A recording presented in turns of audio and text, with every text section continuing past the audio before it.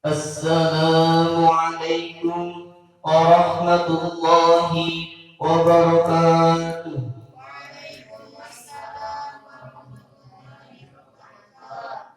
Bismillahirrahmanirrahim. Alhamdulillah, salatu wassalam alaika wal ali ya khairal anam. Rabbun karim wa a'adhu khulqin azim. Fashfa' lana indal karim. Ya ayyuhal khawdu salamullah عليك ربي بإذن الله وانظر إلي سيدي بنظرة موصلة للحضرة العلية أما بعد. Hal tangis di dalam mujahadah. Menangis adalah merupakan gejala dari fenomena psikologis peristiwa kejiwaan.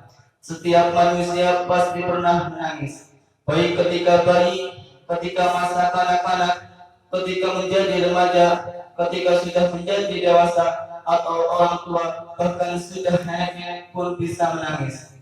Makhluk lain, jenis hewan dan tumbuh-tumbuhan misalnya, belum pernah kita mendengar tangisnya, sekalipun sebenarnya mereka juga pernah menangis.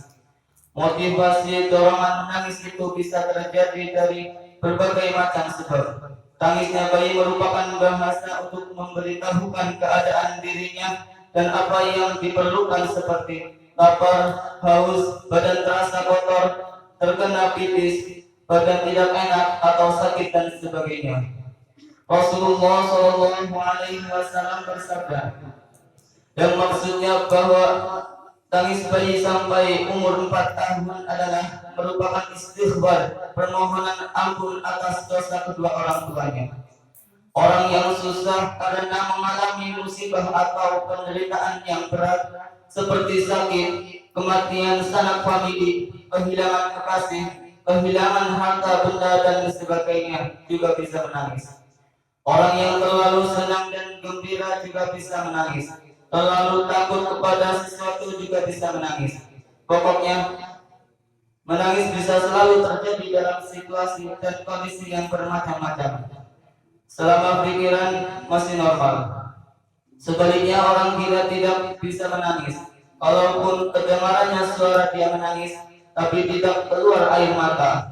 Jadi tidak seperti tangisnya orang biasa yang masih normal pikirannya. Mungkin tangis yang dibuat-buat atau berpura-pura menangis. Jelaslah bahwa dorongan tangis itu datang dari dalam diri orang yang menangis sendiri. Karena adanya sentuhan jiwa atau rangsangan batin, tangis tidak bisa diada-adakan atau dipaksakan dari luar tanpa ada sesuatu yang merangsang atau menyentuh ke dalam jiwa. Begitu juga kita tidak dapat menyetop atau menghentikan orang menangis begitu saja. Bagaimanapun usaha kita, dengan kekerasan sekalipun, kita tidak dapat menahan seseorang jangan menangis atau supaya menghentikan tangisnya. Tangis itu akan berhenti dengan sendirinya, juga tidak pernah datang sesuatu yang merangsang jiwanya, yang meredakan kegoncangan batinnya.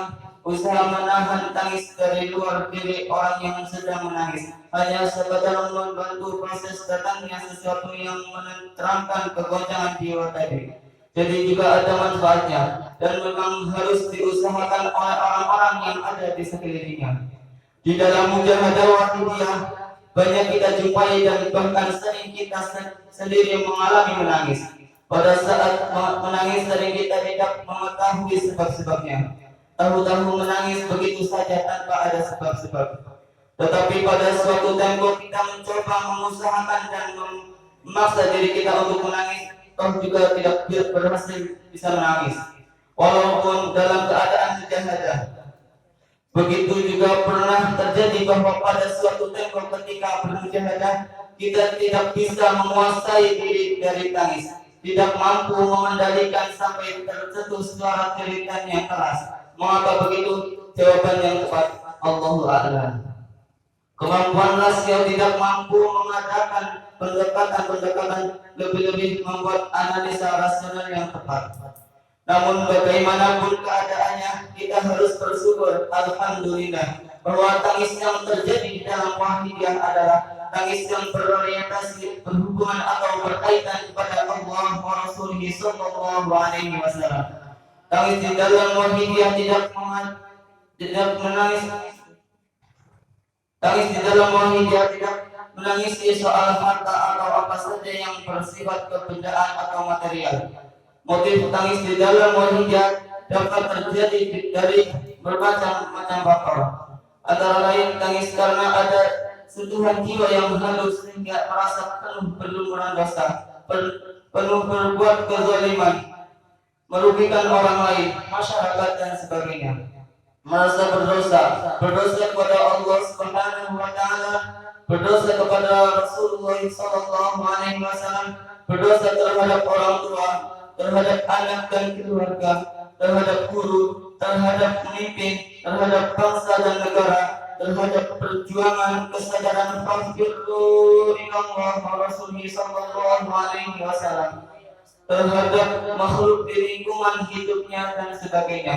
Begitu pula karena sentuhan batin berupa syauq dan mahabbah, rindu dan cinta kepada Allah Subhanahu wa taala dan kepada junjungan kita baginda Nabi besar Muhammad sallallahu alaihi wasallam.